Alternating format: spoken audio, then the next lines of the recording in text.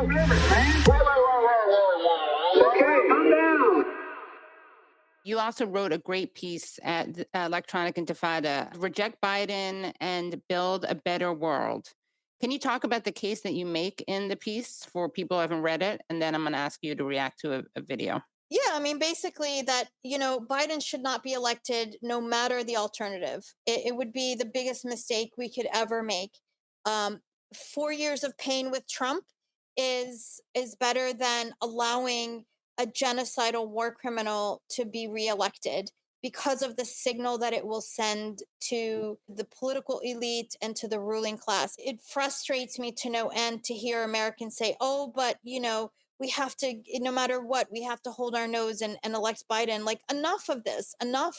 Like, what more is it going to take for people to just stop accepting this no choice and pretend like we live in a democracy when year after year we have a choice between two war criminals that don't represent us, that don't look anything like the like America in any way, morally, economically.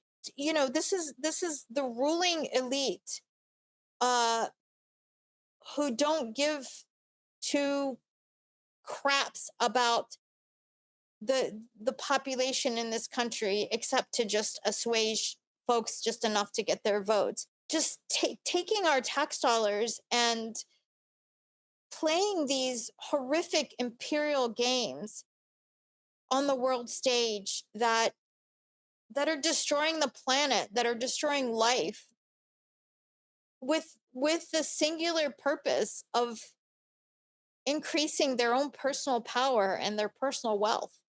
And ultimately what's happening in Gaza is precisely about that. It is unbridled greed. It is unbridled colonial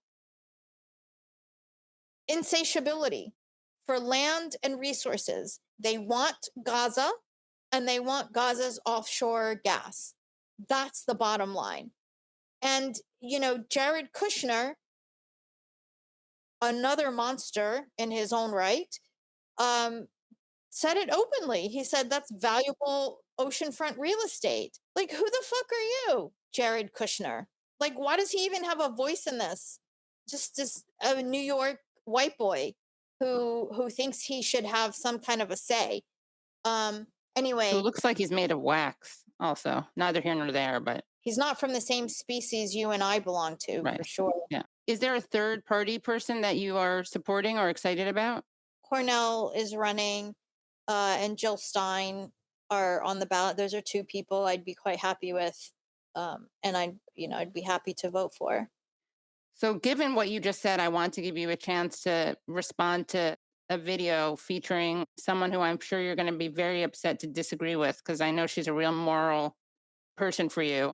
You two always align. Let's take a look at Hillary Clinton on the Jimmy Fallon show, being asked about, of course, the election.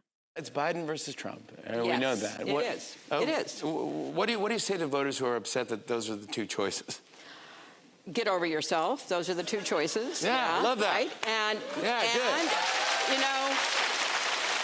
It's kind of like one is old and effective and compassionate, has a heart, and really cares about people. And one is old and has been charged with 91 felonies. Yeah, okay. I mean... Okay, interesting. I don't understand why this is even a hard choice, really. I don't understand it. Yeah. But we have to go through the election, and hopefully people will realize what's at stake, because it's an existential question. What kind of country we're going to have, what kind of democracy we're going to have. And people who blow that off are not paying attention, because it's not like Trump, his enablers, his empowerers, his allies are not telling us what they want to do. I mean, they're pretty clear about what kind of country they want. Yeah. Yeah. So. Get out there and vote. So has she changed your mind, Susan? Oh, yeah, because I really listened to Hillary. She's... You're with her. My God. This is the woman who went and tweeted and was so up in arms about the Barbie movie and the fucking Oscars, and Meanwhile, Palestinian women are being raped, they're having miscarriages, they're malnourished, they're getting bombed, their children are, and not a single word, not one word of solidarity, of compassion. She does not belong in the ranks of womanhood, or even in the ranks of humanity, frankly. And for her to tell us to get over ourselves, I don't think so. And I think we need to find a way to make it clear to her and people like her that no, you need to get the fuck over yourself, because we're not going to keep playing this game. And I am of the school of thought that we need to burn the whole thing down.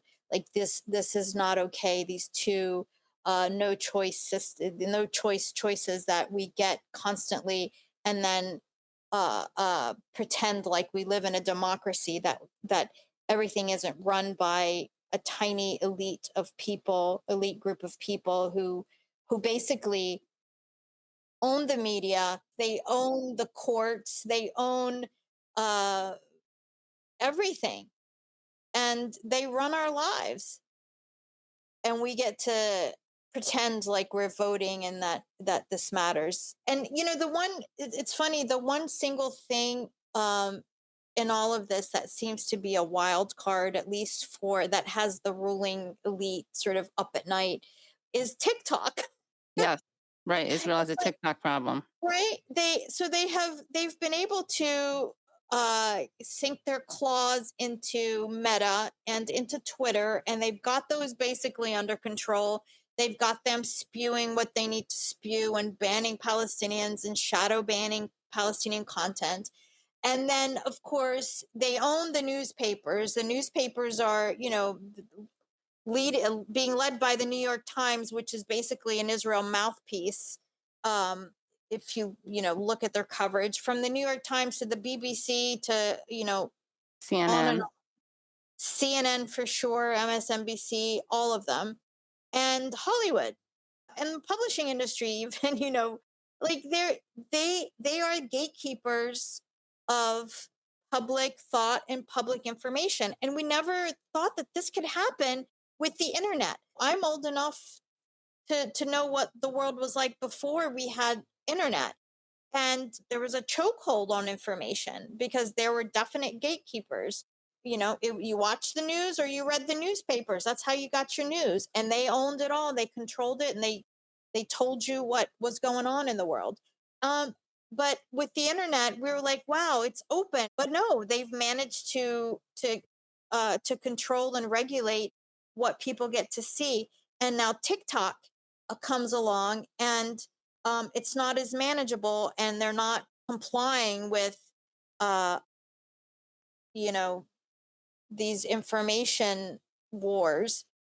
So Congress comes along and does Israel's bidding once again. And then of course they dangle the boogeyman China. There's always a new boogeyman for Americans to be afraid of. It's gross. But I have a lot of faith and hope for this new generation that's really starting to see things more clearly, and certainly clearer than my generation did. And I hope that um they will keep seeking, and just, I don't know, burn it down. Just burn it down. I don't we can't continue to live in this two-party system, because we see how it has now culminated uh in just an overt, outright extermination campaign. Biden is sending more dirty bombs to As we Israel speak. Yeah. as we speak. And presumably they're going to be used in Rafah, which is unbelievably crowded. Like, that's another thing didn't really talk about. The density of people is really hard to take. It's hard to bear. Like, you can't move, you can barely move around. And they want to drop dirty bombs there. Well, Susan, thank you so much for joining. I really encourage people to read Susan's writing at Electronic Intifada, also Al Jazeera, but also her novels are really wonderful. And I'm excited about what you're working on next. Thanks, Katie. It's good to see you. You too. I would put her Twitter on there, but she's been banned by Twitter, which is also always a good sign.